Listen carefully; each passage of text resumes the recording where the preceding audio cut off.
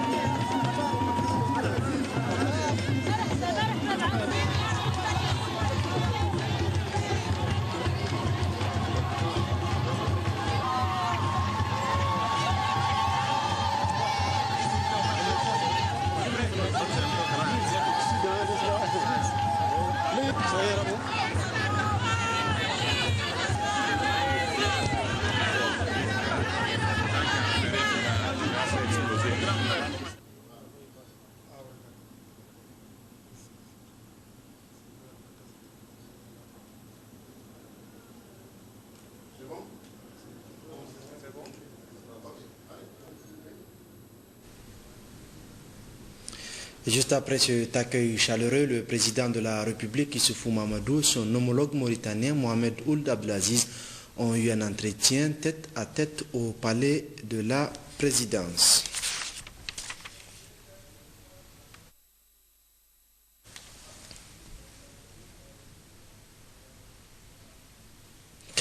Dans le cadre d'une réunion de travail présidée par les deux chefs d'État, a regroupé la délégation du Niger et celle de la Mauritanie au palais de la présidence. La coopération entre nos deux pays, notamment la situation sécuritaire au Sahel, était au centre de discussion. Le résumé de Rahilat Chebou et Yahya Rabou.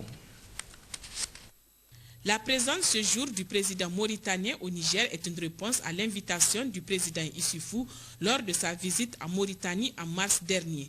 Cette visite a donc pour objectif de poursuivre les échanges entamés sur les voies et moyens de renforcer les liens multiformes qui lient le Niger et la Mauritanie.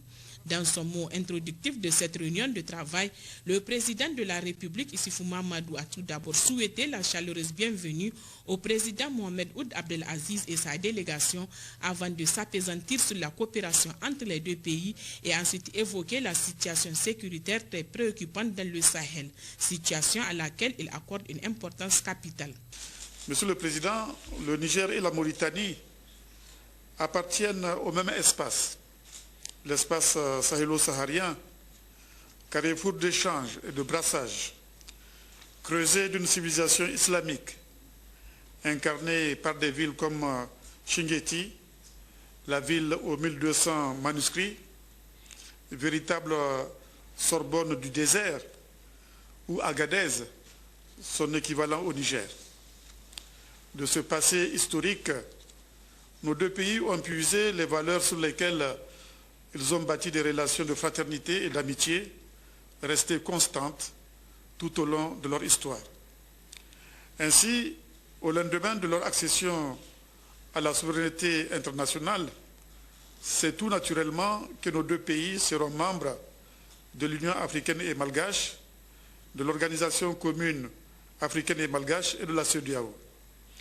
La signature le 11 février 1989 de l'accord portant création de la Grande Commission mixte viendra parachever l'édifice de nos relations déjà si anciennes. Votre présente visite au Niger, Monsieur le Président, de même celle que j'ai effectuée en mars dernier dans votre pays, constitue assurément des moments forts dans nos relations, dans la mesure où il aura fallu attendre 24 ans soit le 18 août dernier, pour tenir la première session de la grande commission mixte nigéro-mauritanienne. Monsieur le Président, la Mauritanie offre aujourd'hui l'image d'un pays de paix, de stabilité et de progrès, grâce au choix clairvoyant que vous avez opéré depuis votre accession à la magistrature suprême. Votre pays s'inscrit aujourd'hui au nombre des nations qui enregistrent une croissance soutenue de leur économie. La visite que j'ai effectuée en mars dernier dans la belle et historique ville de Nouadhibou m'a permis d'apprécier l'énorme potentiel minier dont dispose votre pays, de même du reste que la qualité de ses infrastructures de développement. Pour sa part, et comme vous le savez, mon pays s'est également engagé dans un vaste programme dit de la Renaissance qui, bâti sur le socle de la démocratie et de l'état de droit, vise à jeter les bases d'un développement économique durable du pays. Engagé dans la même bataille, celle de la lutte contre la pauvreté, nos deux pays gagneraient à renforcer et à diversifier leur coopération dans tous les domaines. Il convient à cet égard de se féliciter des résultats de la première session de la grande commission mixte tenue en août dernier, qui a permis la signature d'importants accords et qui a lancé le processus de signature de plusieurs autres. Monsieur le Président, je voudrais en particulier m'appesantir sur la question de la sécurité, qui mérite assurément que nous lui accordions une importance de premier ordre, surtout au regard des graves périls qui font peser sur les États de notre espace le terrorisme et le narcotrafic. La grave crise à laquelle le Mali, ce pays frère, frontalier à nos deux États, a été confronté, nous commande plus que jamais de renforcer nos relations à travers notamment notre appartenance au groupe des pays dits du champ. L'accord de coopération militaire entre nos deux pays est un pas important sur la voie de l'établissement de relations solides dans cet important secteur. Les échanges auxquels nous allons procéder tout au long de votre séjour nous permettront, j'en suis sûr, de passer en revue les différents axes de notre coopération, de les renforcer de façon à répondre aux attentes des peuples mauritaniens et nigériens à plus de solidarité, de coopération, de paix et de développement. Monsieur le Président, permettez-moi de vous réitérer à vous-même ainsi qu'à votre délégation nos vœux de chaleureuse bienvenue et de bons séjours en terre nigérienne. Je vous remercie, Monsieur le Président. En réponse, le président de la République islamique de Mauritanie a adressé ses sincères remerciements et sa gratitude au président Issoufou et au peuple nigérien pour l'accueil fraternel et l'hospitalité exemplaire dont lui et sa délégation font l'objet. Mohamed Ould Abdelaziz dit être au Niger pour partager avec son homologue nigérien leur expérience respective et envisager des actions communes à propos de sujets cruciaux pour l'avenir des deux pays et celui de toute la sous-région sahélo-saharienne. Excellences, cher Monsieur le Président, Mesdames, Messieurs, les similitudes entre le Niger, frère, et la Mauritanie sont à ce point évidentes qu'en parcourant les rues de Niamey, on se croirait à Nouakchott, et vice-versa. En effet, l'histoire et la géographie ont façonné un modèle partagé de société, bâti sur un socle de valeurs fondé sur la foi, la solidarité, la tolérance et l'endurance. De graves menaces pèsent aujourd'hui sur l'équilibre millénaire de ce modèle de société. Il y a d'abord la dérive d'une lecture radicale de la religion, fondée sur l'intolérance qui a engendré l'extrémisme et le terrorisme.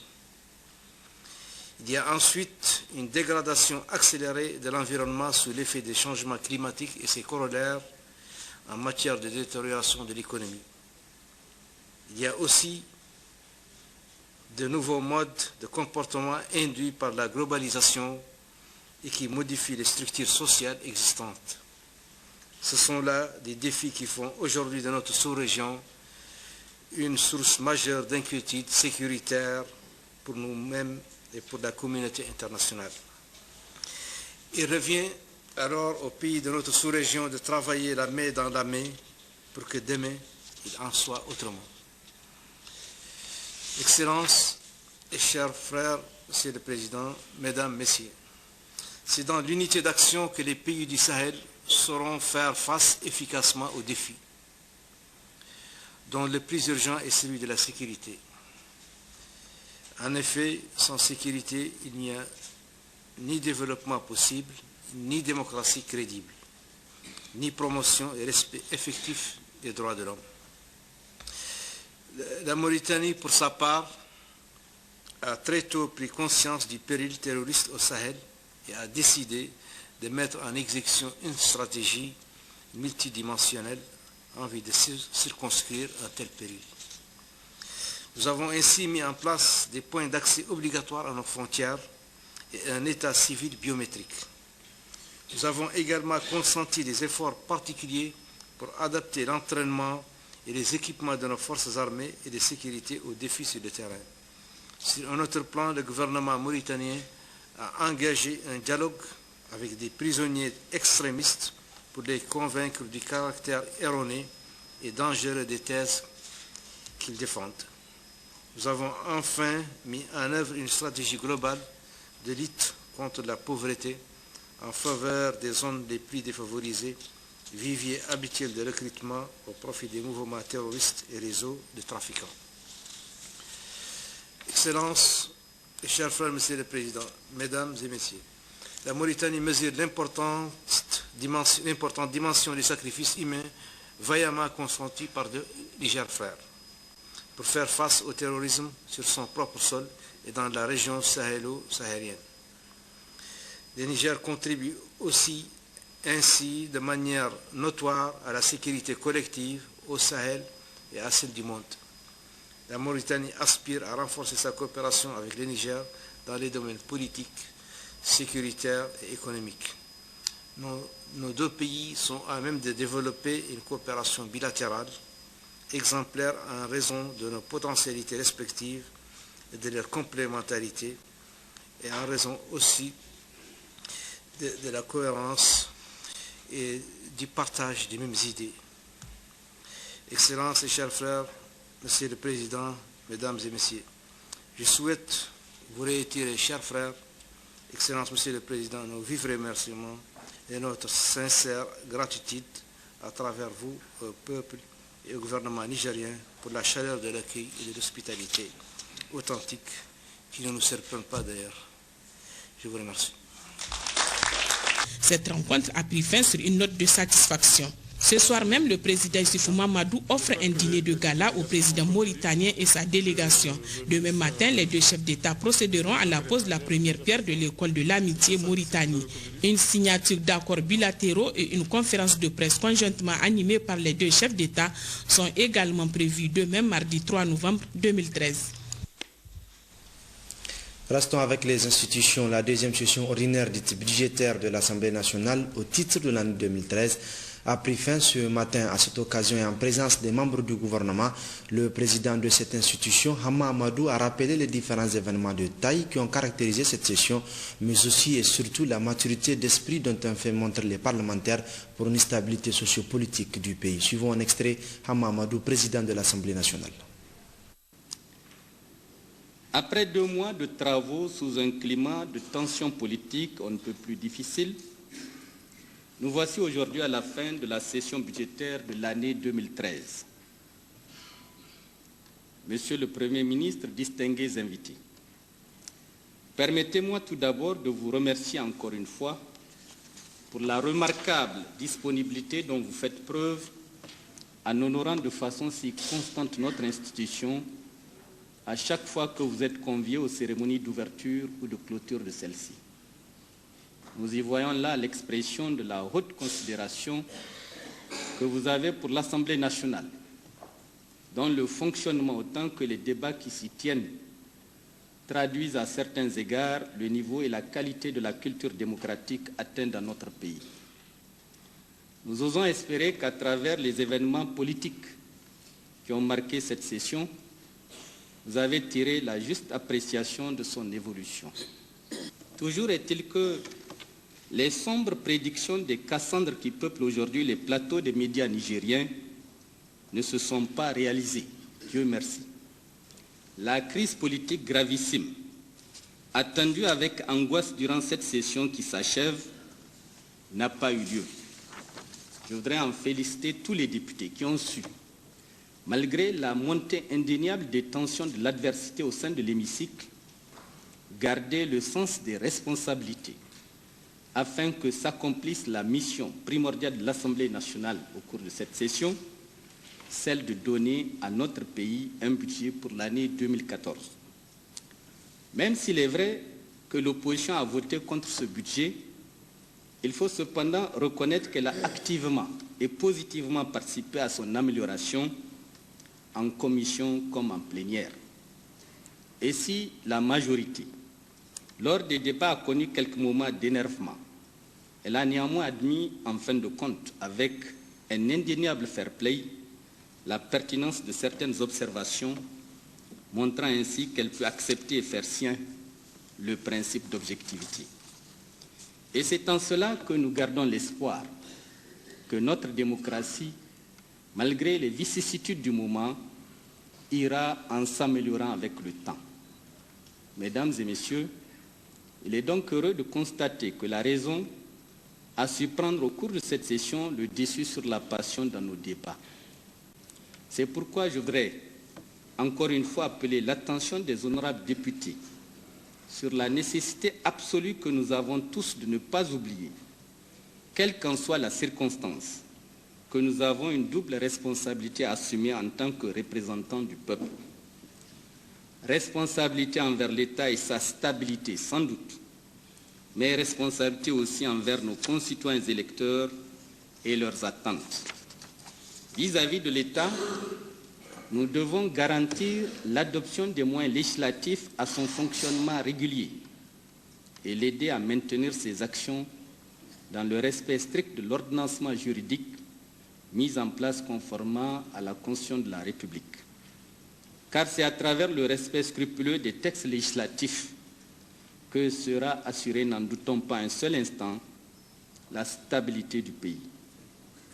Quant à notre responsabilité vis-à-vis de nos concitoyens, il s'agit pour nous députés, face à l'exécutif, de dire clairement et sans ambages les attentes de ceux-ci, leur satisfaction comme leur mécontentement dans les différents domaines de la gouvernance, sans toutefois dénigrer injustement, ni non plus jouer les sycophantes, c'est-à-dire les notables laudateurs qui ne voient que le roi et oublient le peuple.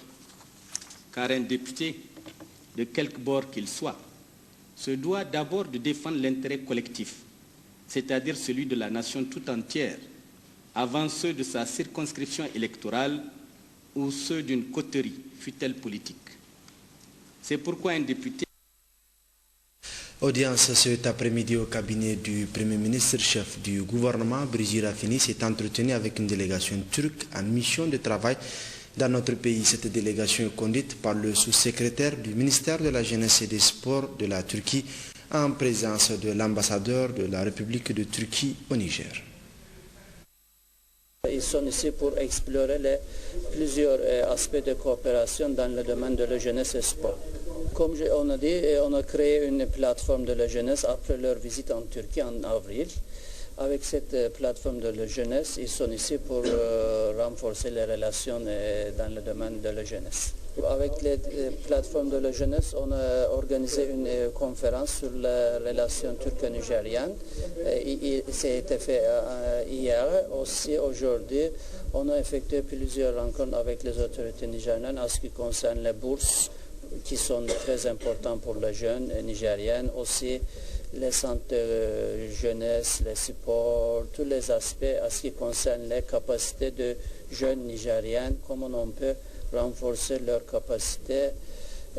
C'était le premier objectif de cette visite ensemble avec plusieurs délégations turques aujourd'hui.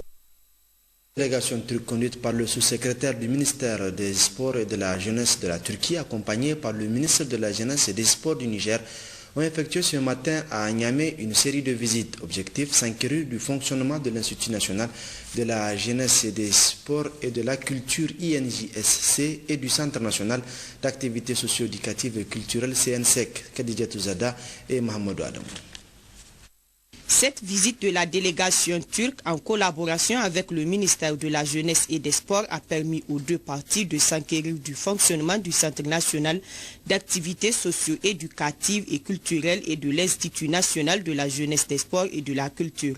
Elle vise également à renforcer davantage les liens de coopération entre le Niger et la Turquie et motiver dans le même temps la jeunesse nigérienne à s'intéresser davantage aux activités socio-éducatives et culturelles pour assurer leur autonomie. Her şeyden önce bu ziyaretin amacı Nijer ile Türkiye arasında bir daha önce başlatılan Sayın Başbakanımız Recep Tayyip Erdoğan. L'objectif de cette visite est de constater, voir la situation ici pour les relations nigéro-turques qui ont été renforcées par la visite officielle du Premier ministre Erdogan. Tout d'abord, le Niger a une population jeune et avec une coopération exacte, nous pourrons éduquer et voir les leaders du monde dans l'avenir nigérien. Nous avons vu hier, lors de la conférence, des jeunes ambitieux. Et il faut d'abord que les Nigériens font confiance en eux. Une visite qui a été bien accueillie par le directeur général de l'INJS. Nous sommes très heureux de recevoir une importante délégation d'un pays frère et ami que la Turquie, d'avoir visité l'Institut national de la jeunesse et des sports pour s'entretenir avec nous, avec nos étudiants, voir ce que nous faisons. Et ce que nous attendons d'abord au-delà de l'INJS, c'est le renforcement des relations d'amitié et de coopération entre le Niger et la Turquie. Mais en ce qui concerne l'INJS, comme vous l'avez remarqué, nous avons des infrastructures qui sont en instance, notamment un gymnase qui date d'environ 12 ans. Nous souhaiterons quand même dans le cadre de cette coopération, voir dans quelle mesure la Turquie peut contribuer à la finition de cet important bâtiment. Et au-delà de ça, comme vous le savez, l'INJS, en tant qu'établissement de formation dans le domaine du sport, de l'éducation physique et de l'éducation physique, nous souhaiterons quand même le concours de la Turquie pour que l'INJS participe davantage à la promotion du sport au Niger. Cette visite a été une véritable opportunité pour cette délégation de découvrir la richesse culturelle nigérienne, mais aussi de relever les efforts abattus par les responsables de ces institutions pour promouvoir l'autonomisation de la jeunesse nigérienne. Le Niger célèbre demain 3 décembre 2013 la 20e édition de la Journée internationale des personnes handicapées, journée instituée par les Nations Unies qui vise à promouvoir les actions de mobilisation sociale pour une prise en compte de cette frange de la population. Le thème retenu cette année est briser les barrières, ouvrir les portes pour une société inclusive pour tous. À cette occasion, la ministre de la Population, de la Promotion de la Femme et de la Protection de l'Enfant a adressé un message. Dr Kadidatou Mekibi Dandobi. En outre, dans le plan de développement économique et social PDS 2012-2015, dans son axe 5, promotion du développement social, il est prévu de soutenir des actions spécifiques aux associations des personnes handicapées et de renforcer la mise en œuvre de la Convention relative aux droits des personnes handicapées et l'application de l'ordonnance 93-012 susmentionnée. Quant à la politique nationale de protection sociale, adoptée par le gouvernement en septembre 2011, elle prend en compte les préoccupations des personnes particulièrement vulnérables, dont les personnes handicapées, pour un meilleur accès aux mesures et services de protection sociale. Ainsi, pour mieux asseoir des actions coordonnées, efficaces et efficientes, mon département ministériel, en collaboration avec la Fédération nigérienne des personnes handicapées, envisage d'élaborer une stratégie nationale de réinsertion socio-économique des personnes handicapées. Ceci en vue de contribuer de manière efficace à sortir ces personnes du circuit de la mendicité et de l'inactivité économique. Mesdames et messieurs, qu'il me soit permis, à l'occasion de la commémoration de cette journée, de remercier tous ceux qui ont toujours accompagné l'État nigérien dans cette mission de promotion et de protection des droits des personnes handicapées. En effet, la personne handicapée a besoin d'appui et d'accompagnement pour éliminer les barrières sociales, environnementales et politiques afin de jouir de ses droits et contribuer pleinement au processus de développement socio-économique de sa communauté.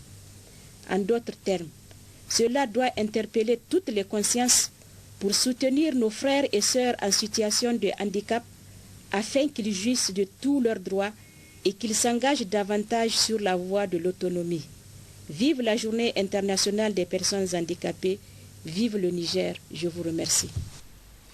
Ouverture ce matin à Niamey des travaux d'un atelier de renforcement des capacités sur l'utilisation des produits satellitaires et des outils du système d'information géographique pour la gestion des ressources en eau, améliorer la production de données climatiques et l'objectif visé. Oumoujedmila Moudanchourou, Baroko.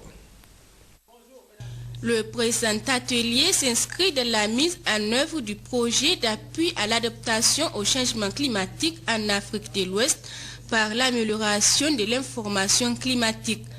En Afrique de l'Ouest, le changement climatique doit être traité comme une priorité du développement en raison des effets de la variabilité et du changement climatique ayant des conséquences néfastes sur les conditions de vie des populations. Cependant, la production et la diffusion des données pour permettre une meilleure prise en charge de ce problème dans la planification du développement demeure insuffisante. Cela s'explique principalement par une faible qualité des données disponibles et une insuffisance des compétences des acteurs de la région pour mieux faire face à la question. Il est donc nécessaire de mettre un accent particulier sur le renforcement des capacités des acteurs pour une maîtrise des outils de gestion de l'information climatique. Mesdames et messieurs, le présent atelier, qui se déroulera du 2 au 6 décembre 2013, s'inscrit dans le cadre du renforcement de l'expertise des cadres des pays pilotes et du Centre régional Agrimet. Il s'agit plus spécifiquement de renforcer les compétences des participants sur l'utilisation des produits satellitaires et des outils du système d'information géographique, en particulier dans le domaine de la gestion de l'eau et des terres, ainsi que dans la sécurité alimentaire. Cette formation de 5 jours est organisée par le Centre régional Agrimet en collaboration avec l'Institut danois et le département des géosciences ainsi que de la gestion des ressources naturelles de l'Université de Copenhague. Les bénéficiaires auront à leur tour la tâche de contribuer à renforcer les capacités d'autres acteurs dans leurs pays respectifs. Les activités de la 8e édition du Salon international de l'artisanat pour la femme, SAFEM, se poursuivent activement au palais du 29 juillet de Niamey. En dehors de l'artisanat, nos reporters se sont intéressés aujourd'hui sur l'aspect touristique de ce salon. De nombreux visiteurs et artistes des autres pays sont attirés par les produits exposés. Kerdiatou Hassan, Askou Jibril. Le Salon international de l'artisanat pour la femme, SAFEM, c'est également la découverte du patrimoine touristique. Cela est visible à travers les différents articles exposés au cours de cette 8e édition, dont la région phare Zender. Une ville historique et culturelle dont la renommée dépasse nos frontières. Le SAFEM est un véritable cadre permanent de faire la visibilité de ces impressionnants produits touristiques. Le SAFEM, vraiment, c'est devenu cette fois-ci une foire internationale.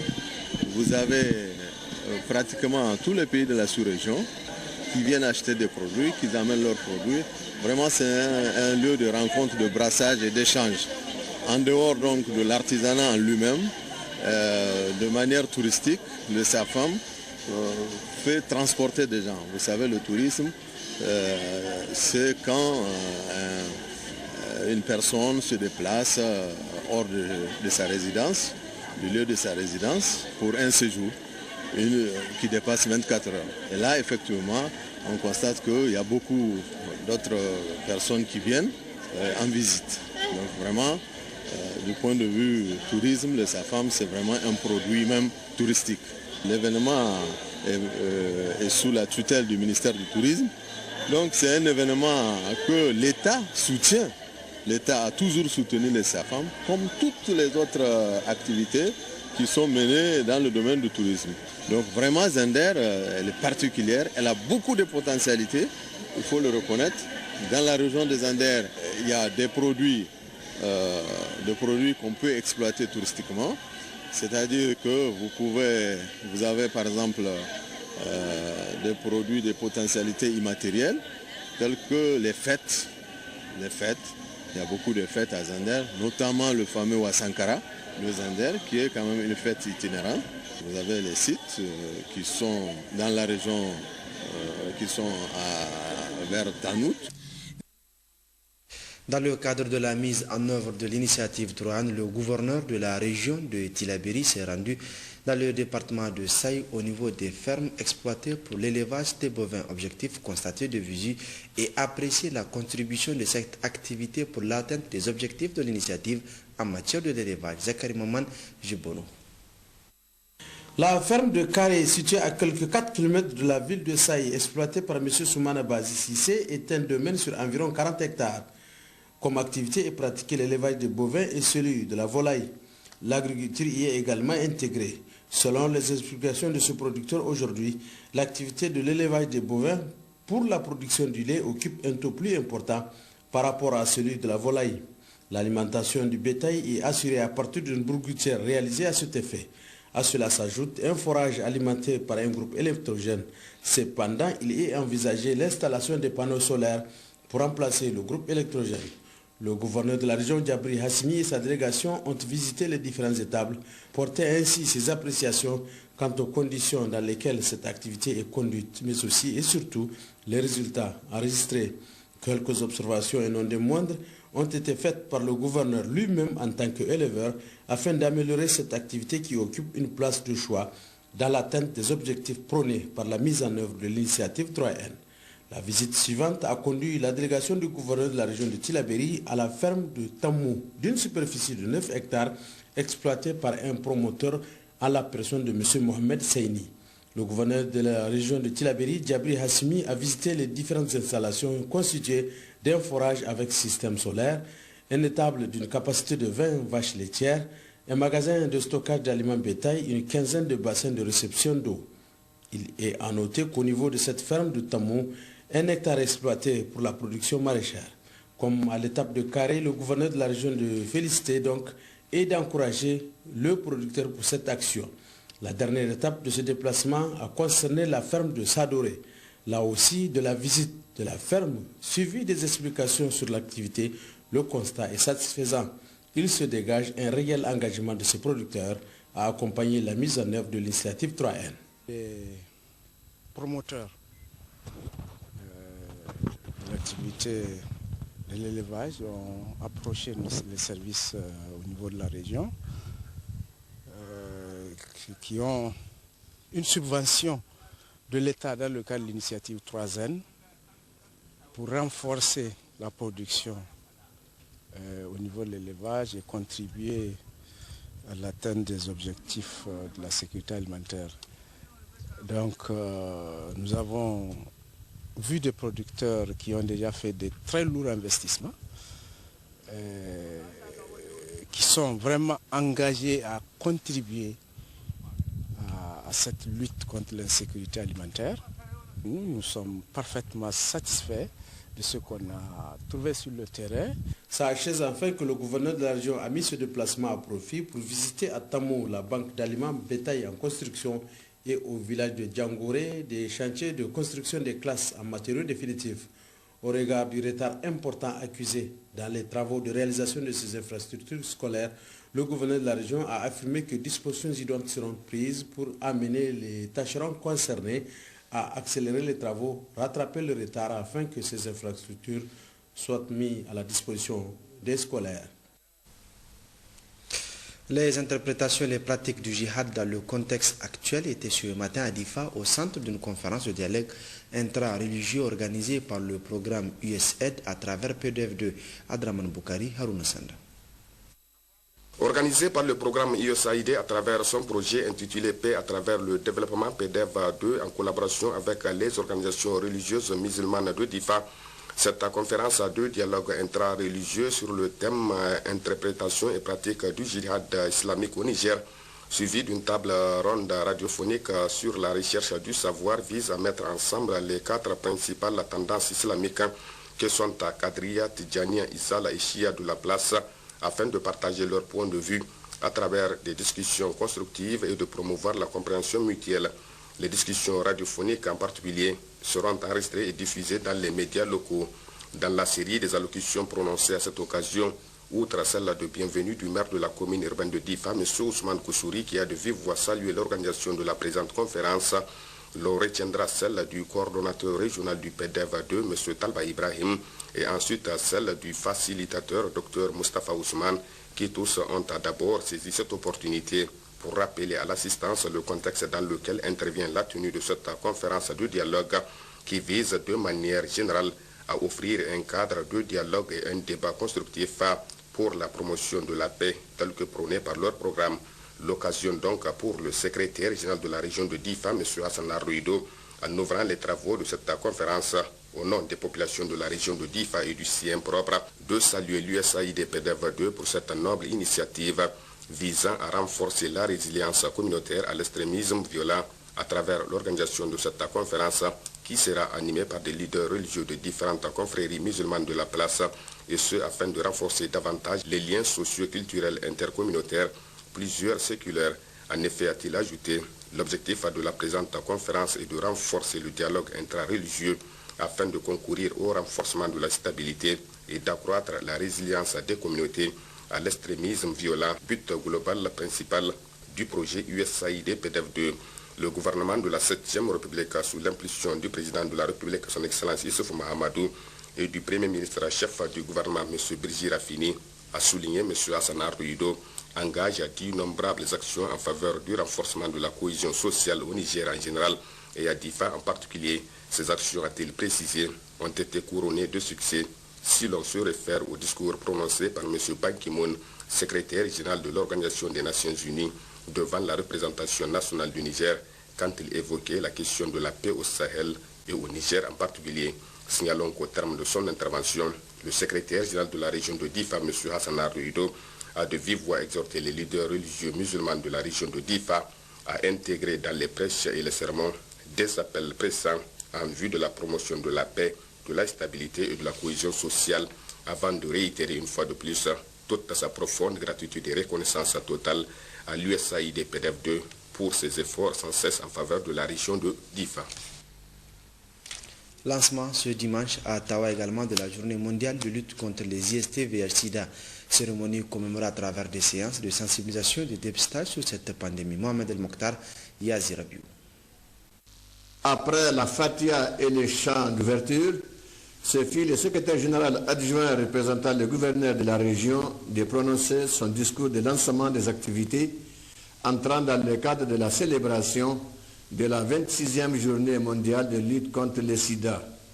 Après avoir remercié tous les participants à la cérémonie, Beka Mohamed a rappelé la résolution 1308 des Nations Unies qui qualifiait en 2000 la pandémie de sida comme une menace grave à la stabilité et à la sécurité mondiale. En effet, depuis les premiers cas de VIH-Sida diagnostiqués il y a 32 ans, cette maladie est devenue la pire épidémie des temps modernes, d'où le combat engagé très tôt contre ce mal par les autorités de notre pays, a ajouté le secrétaire général adjoint de la région. Mais le lancement de l'édition précédente par le président de la République, Issoufou Mahamadou en personne, constitue une première et un geste fort dans la lutte contre le VIH-Sida, a souligné Beka Mohamed. Dans la région de Tawa, en dépit de l'apparente faiblesse du taux de séroprévalence 1,1%, le sida reste une source de préoccupation au regard de la séroprévalence de l'ordre de 31% chez les professionnels du sexe et plus de 2,7% chez les femmes enceintes, a noté le secrétaire général adjoint de la région, d'où la nécessité de plus en plus d'efforts pour pour inverser la tendance. Pour Beka Mohamed, le thème de cette année, le dépistage partout et pour tous, se justifie par l'insuffisance de l'offre de soins et services de qualité, la faiblesse du taux d'acceptation du dépistage et la persistance des pesanteurs sociales. Avant de terminer son propos, le secrétaire général adjoint a exprimé ses remerciements aux partenaires techniques et financiers de notre pays dans la lutte contre les IST, VIH-Sida. Après les discours du secrétaire général adjoint, les participants ont assisté à la remise officielle aux représentants du gouverneur par le coordonnateur régional SIDA, Dr Ali Abdou, du plan stratégique national de lutte contre les IST, VIH-Sida. Ensuite, les mêmes participants se sont rendus au CHR de Tawa pour recevoir d'abord des Songes Niger, des kits vivres destinés aux orphelins enfants vulnérables de la pédiatrie du CHR de Tawa. Enfin, sachez qu'une conférence débat est prévue à l'université de Tawa dans le cadre de la lutte contre le mal du siècle que constitue le sida. Le club des étudiants en droit de l'université Abdou Moumouni de Niamey a organisé le week-end dernier au CCFN Jarouche de Niamey une conférence débat sur le fonctionnement de la Cour pénale internationale. Les détails avec notre reporter Ismaël Dodo.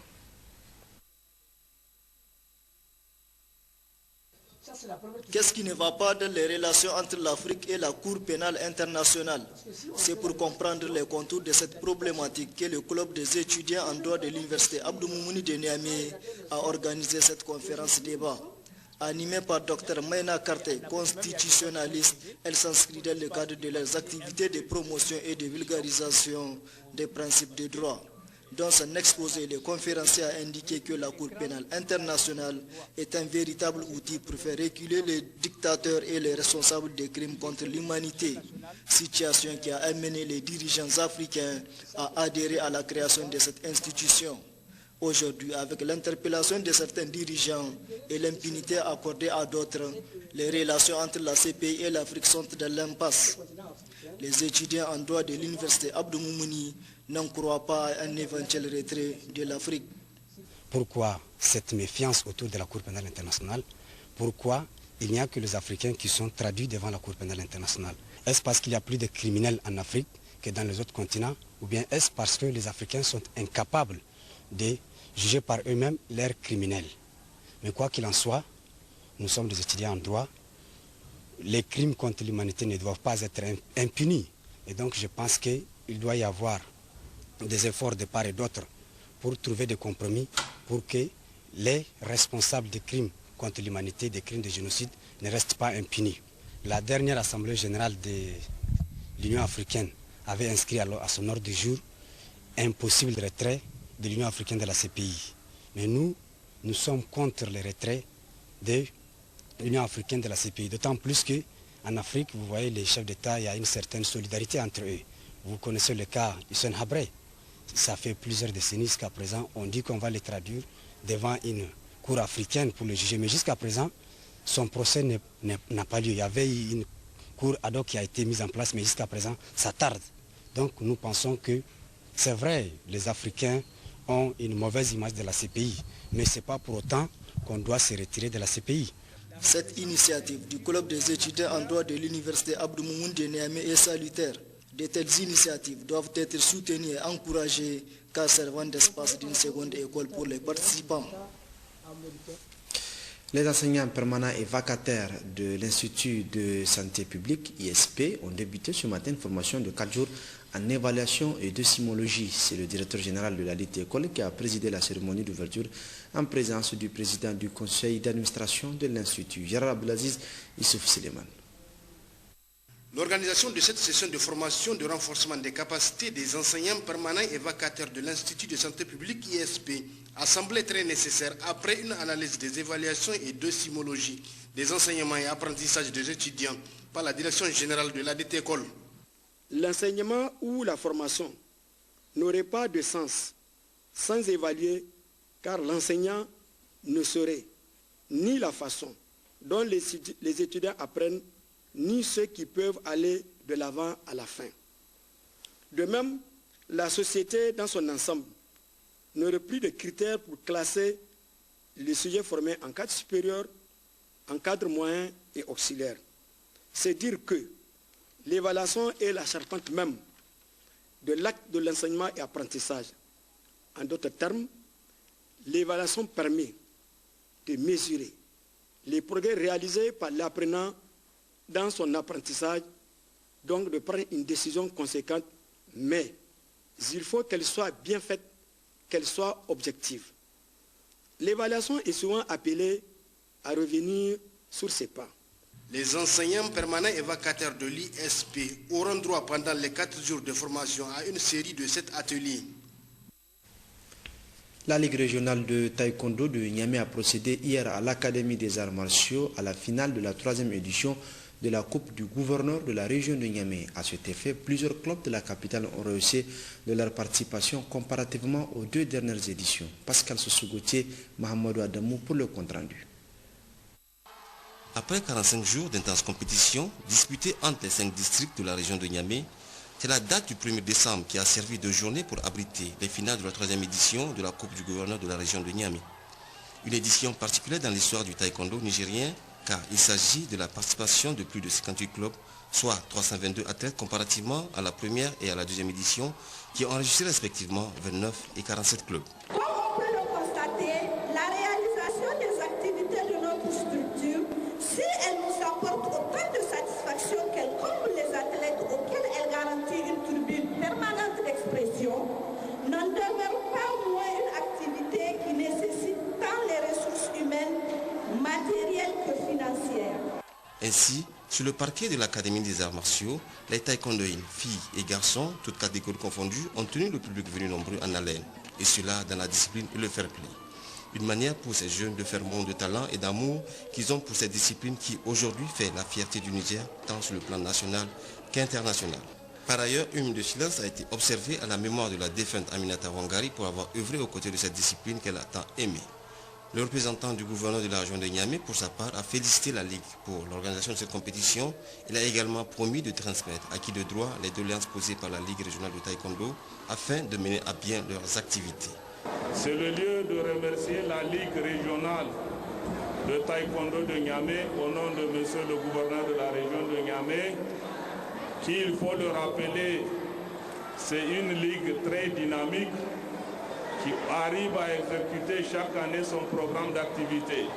Comme par le passé, nous serons à vos côtés et nous essayerons de transmettre à qui de droit les attentes que vous pouvez avoir de la part des autorités nationales.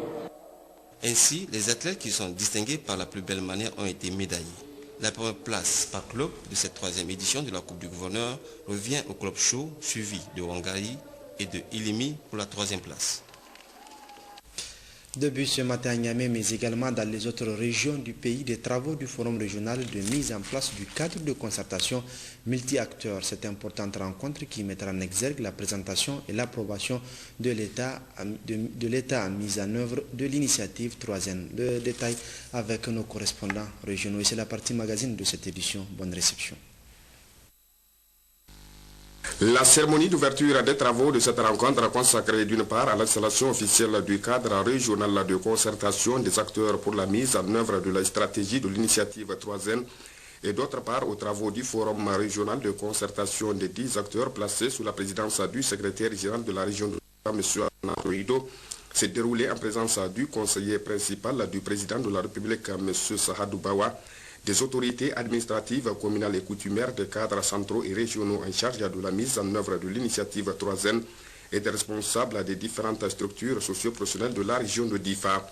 L'occasion donc pour le secrétaire général de la région de Difa, M. Hassan Arroïdo, en ouvrant les travaux de ces assises, de saluer de prime abord la présence effective des uns et des autres à cette rencontre, preuve a-t-il souligné de leur attachement aux questions du développement économique et social du Niger en général et des questions de sécurité alimentaire en particulier, avant de s'appesantir sur l'objectif poursuivi à travers la mise en œuvre de l'initiative 3N qui, de manière globale, vise à transformer radicalement les systèmes de production agricole afin de mettre les populations nigériennes à l'abri des affres de la famine et leur garantir les conditions d'une pleine participation à la production nationale globale et à la répartition des revenus. Pour concrétiser cette ambition, a rappelé M. Hassan Ardo Ido, un dispositif comprenant des organes tant au niveau national que régional a été mis en place, notamment le cadre régional de concertation des acteurs qui constitue désormais un espace régional de dialogue pour assurer la mobilisation des acteurs régionaux et faciliter l'harmonisation de leurs interventions dans le cadre de la mise en œuvre de l'initiative 3N dans la région et l'organisation des forats régionaux en vue d'améliorer l'efficacité de la mise en œuvre de la stratégie, objet donc de la présente rencontre, dont les objectifs visés sont entre autres promouvoir un consensus sur la vision de l'initiative 3N, apporter des réponses aux préoccupations posées par les acteurs régionaux par rapport aux questions de sa mise en œuvre, recueillir des informations sur l'état d'avancement de la stratégie dans la région, identifier les orientations de l'initiative au niveau de la région, élaborer l'esquisse d'une feuille de route régionale pour la mise en œuvre effective de l'initiative.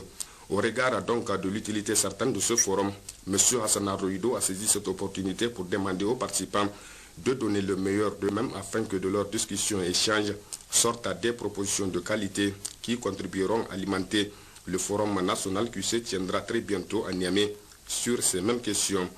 Notons auparavant, peu après le mot de bienvenue du maire de la commune urbaine de Difa, M. Ousmane Koussouri, le conseiller principal du président de la République, M. Sahadou Bawa, est intervenu pour d'abord transmettre aux participants tous les encouragements du président de la République, son Excellence Issoufou Mahamadou, et du Premier ministre chef du gouvernement, son Excellence Brigitte Raffini, tout en les rassurant que ces plus hautes autorités de l'État suivent avec la plus grande attention toutes les activités entrant dans le cadre de la mise en œuvre de l'initiative 3N avant de s'apaisantir sur le contexte dans lequel interviennent ces assises. L'initiative 3N pour la sécurité alimentaire et nutritionnelle et le développement durable, agricole et durable est une composante majeure du programme pour la renaissance du Niger, du président de la République, son Excellence, M. Issoufou Mahamadou.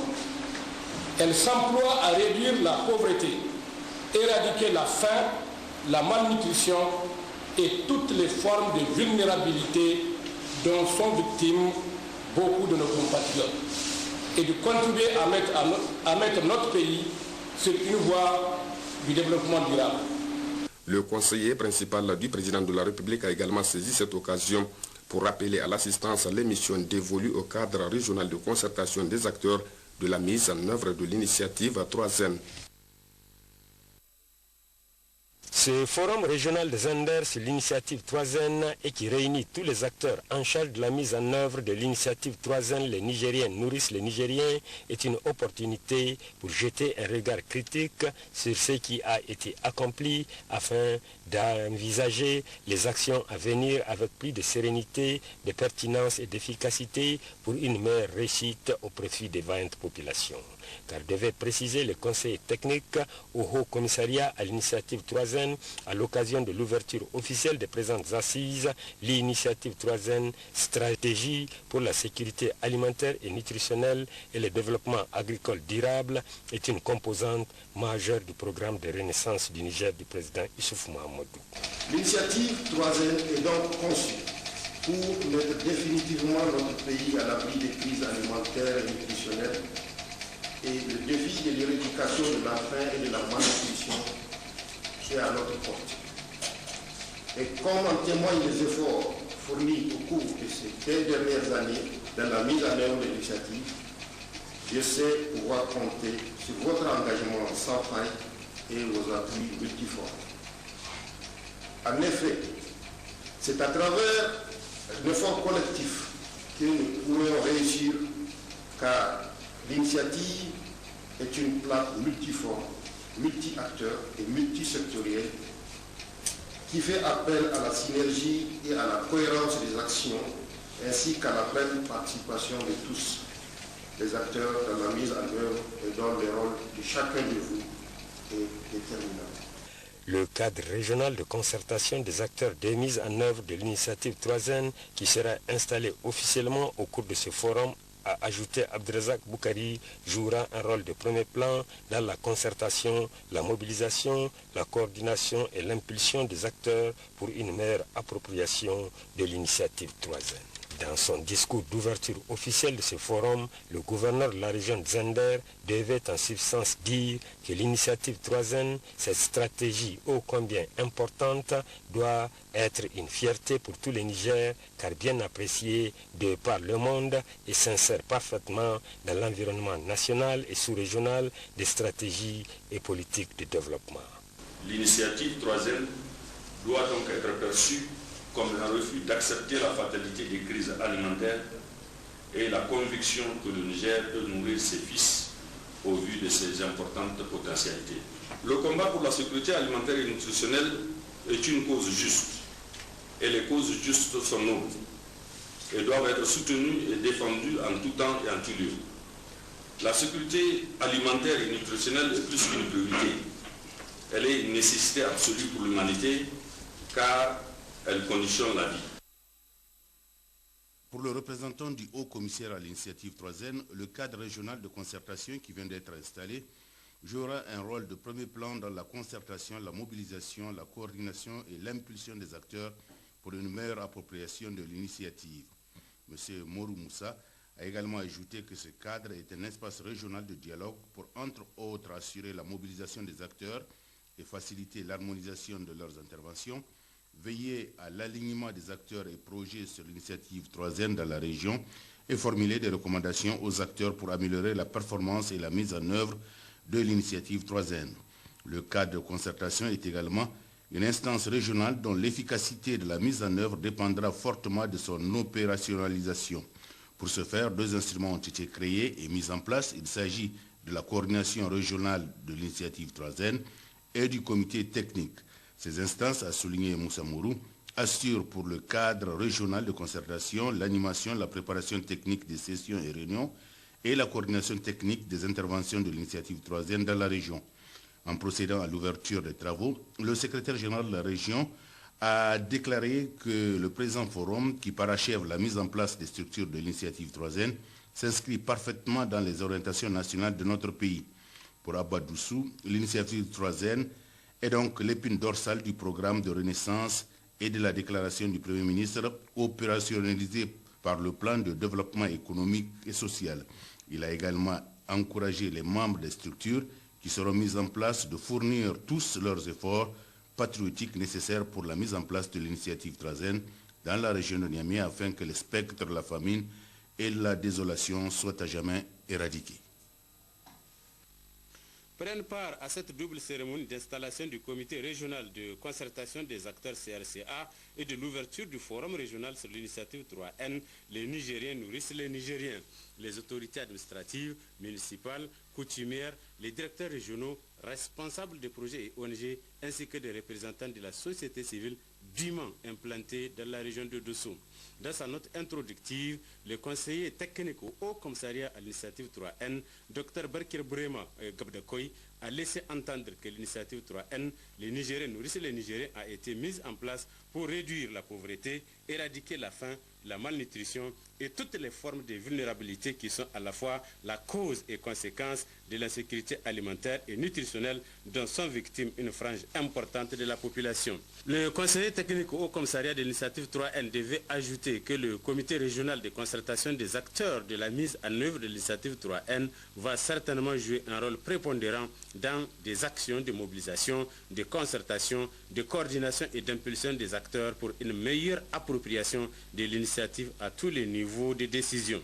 En ouvrant les travaux, le gouverneur de la région de Dosso a clairement indiqué que ce forum est à mettre à l'actif du président de la République, son Excellence Issou Mamadou, dans sa volonté de rompre avec le cycle infernal de la faim, de la malnutrition au Niger. Volonté qui s'est d'ailleurs traduite par la création du Haut Commissariat à l'initiative 3N, chargé bien sûr de guider, d'animer et de suivre la mise en œuvre des activités concourant à l'atteinte de l'autosuffisance alimentaire et nutritionnelle. Mieux, l'initiative 3N, dira Seydou Zatou Ali, doit être perçue comme un refus d'accepter la fatalité des crises alimentaires et la conviction que le Niger peut nourrir ses fils au vu de ses importantes potentialités, avant de revenir sur le but même de la présente cérémonie, à savoir présenter la synthèse du document, de la stratégie et du plan d'investissement prioritaire au niveau régional et les mécanismes de mise en œuvre de l'initiative 3N et de la participation des différents acteurs, ainsi que des analyses à travers les forces, les faiblesses et des opportunités et les limites. Et enfin, élaborer des recommandations du forum de la région de Dosso. Sachez enfin que ce forum régional pour la mise en œuvre de l'initiative 3N durera en principe 48 heures. Trois importantes allocutions ont marqué la cérémonie officielle d'installation du cadre régional de concertation, suivie du forum régional des acteurs de l'initiative 3N, à laquelle ont pris part tous les préfets de la région, les élus et les directeurs régionaux. Il y a eu d'abord l'allocution de bienvenue du vice-président du conseil régional, qui a exhorté les participants à examiner sans complaisance la situation alimentaire de la région pour orienter les autorités dans la prise de décision efficiente. Pour sa part, le conseiller technique du Premier ministre, s'exprimant au nom du haut-commissaire à l'initiative 3N, a déclaré de prime abord que l'installation du cadre régional de concertation des acteurs intervient à un moment décisif de la mise en œuvre de l'initiative 3N, une initiative dont le plan d'investissement 2012-2015 est mis en œuvre depuis 2 ans. Donc, a dit Issoufou Zakari, il est opportun de jeter un regard sur ce qui a été accompli, d'en faire une analyse critique afin de regarder l'avenir avec plus de conviction. Le Forum national des acteurs de l'initiative 3N, en préparation, servira de bilan à mi-parcours et sera l'occasion de tirer des enseignements qui permettront d'impulser une nouvelle dynamique au processus en cours, a noté le conseiller technique du Premier ministre. Pour Issoufou Zakari, l'initiative 3N permettra de faire face aux crises alimentaires et nutritionnelles en concentrant les efforts sur la prévention et le renforcement de la résilience. Elle contribuera également à mettre notre pays sur la voie du développement durable que prennent les plus hautes autorités du pays, en particulier le président de la République Issoufou Mahamadou. Occasion pour les conseillers techniques du Premier ministre d'informer les participants que par rapport à la mise en place des cadres de concertation et de décision de l'initiative 3N, toutes les instances sont opérationnelles au niveau national.